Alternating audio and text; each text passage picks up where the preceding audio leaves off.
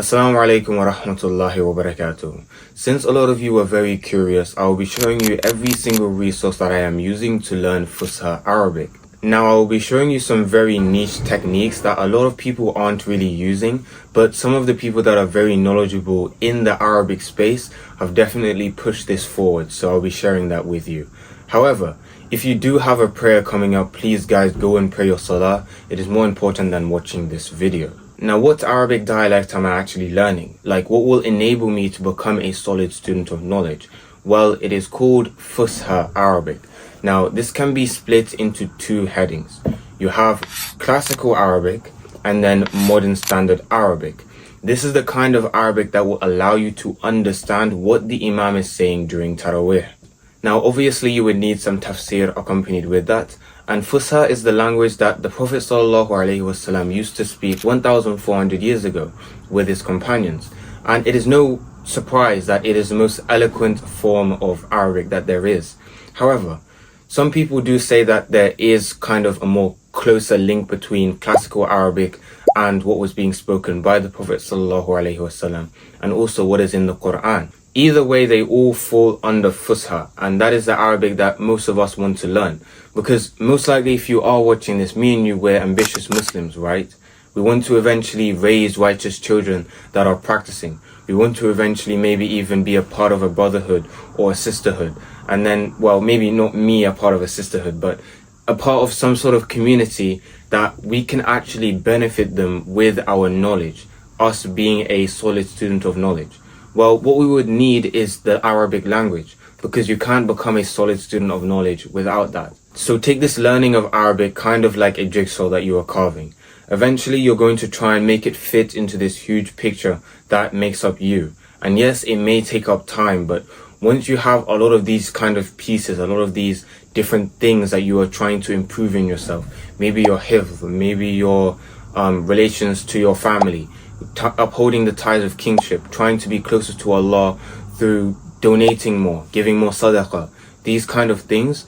Eventually, if you try and improve all of these small areas of your life, you can eventually make this complete version of yourself that you want to stand in front of Allah with. And that is an amazing ambition and goal to have. This section will cover video/real life resources.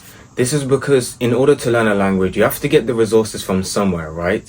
Which is why learning through video/podcasts and then also learning through speaking to other people that are knowledgeable in the Arabic language can help you together.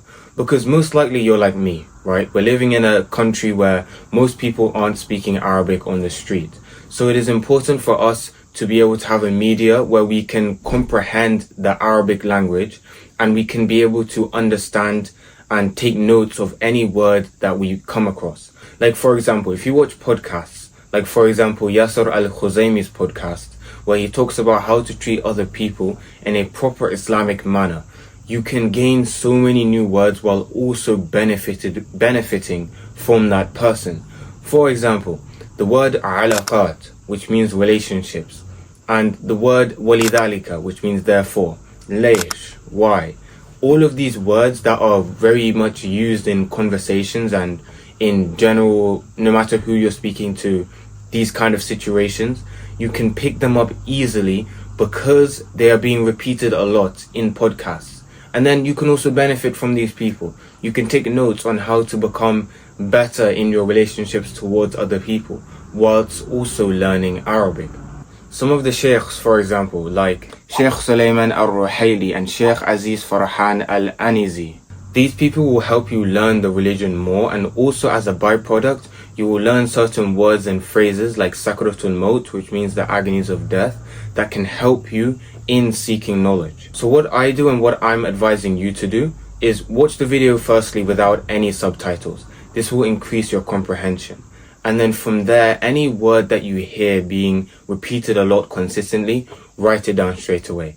And then now you have the word, then you go and speak to anyone that you know this language, or you go and try and find the translation of this language if you have a good Arabic dictionary, and then you write down the meaning.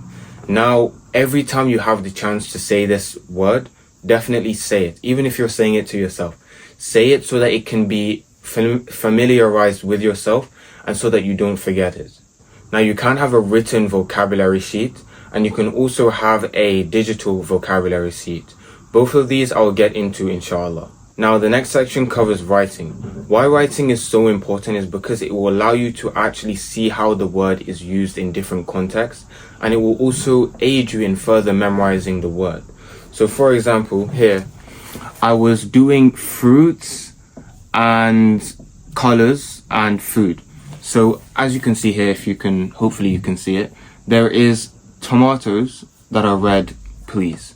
That is what I have written. Tomatoes that are red, please. So I'm practicing different sentences. I'm trying to make progress by doing this.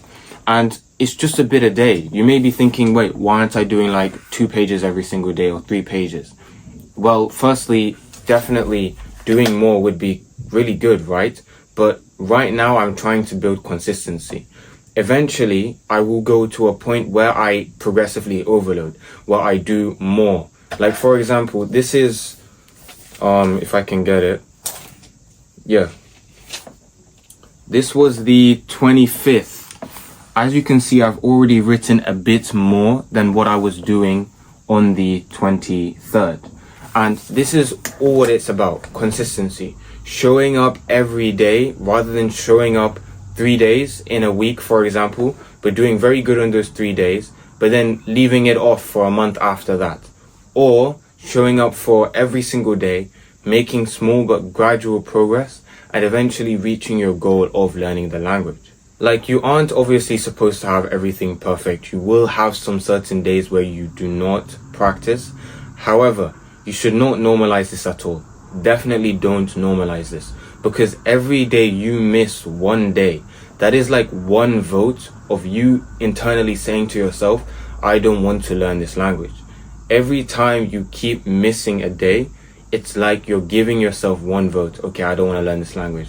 Obviously, some days, like, no one's perfect. No one gets, 365 days, every single day he did 2 hours. Like, come on guys, we're not perfect in that manner. But what we can do is minimize the days that we go off learning this language to the best of our ability. Now, what I find to be very helpful, and make sure you write this down, is the spaced repetition technique. So you'll write a word down, and then after 1 hour or 2 hours, you will try and recall that word from memory.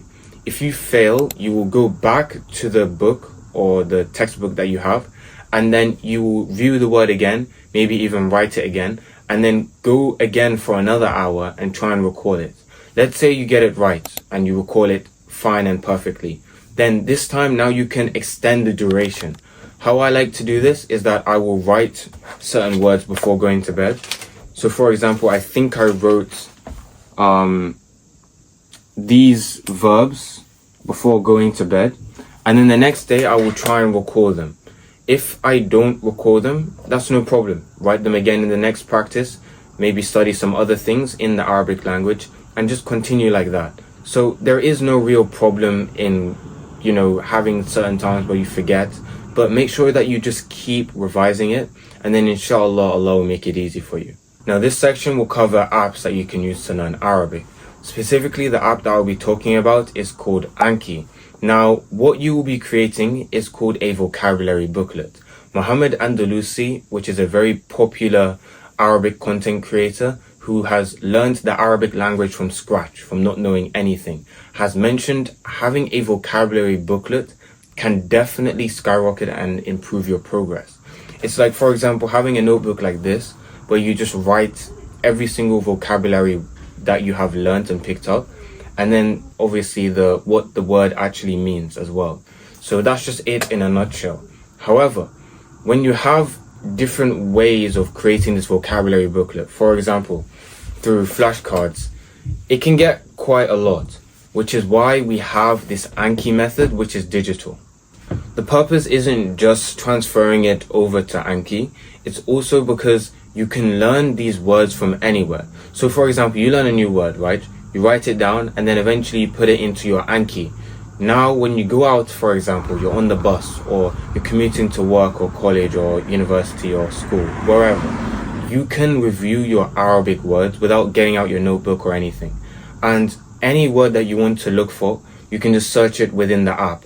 This is something I do and I think is so game changing, because any time that you want to review the words, you can. And it also gives you feedback on the words that you are always getting wrong and the words that you are always getting right.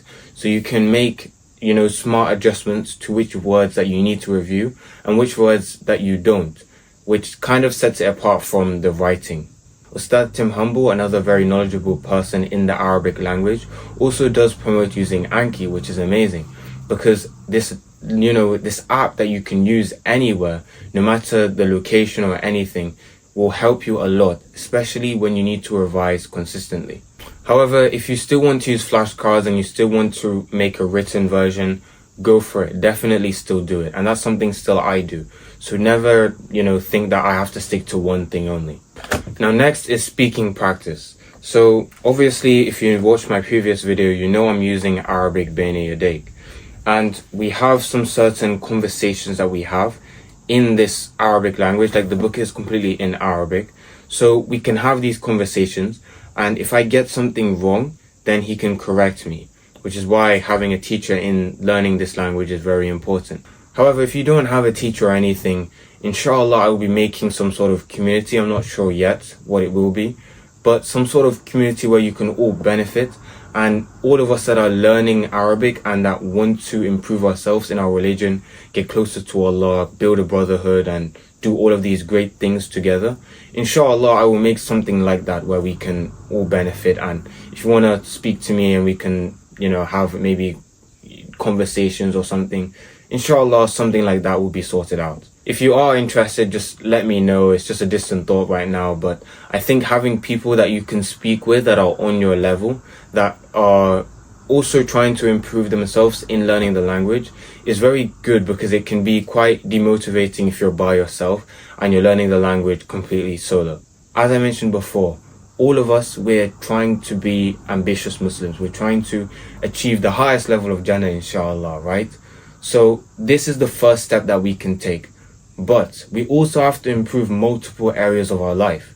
We have to improve our hifz, our personal affairs with the people, your studies, including your work and your business.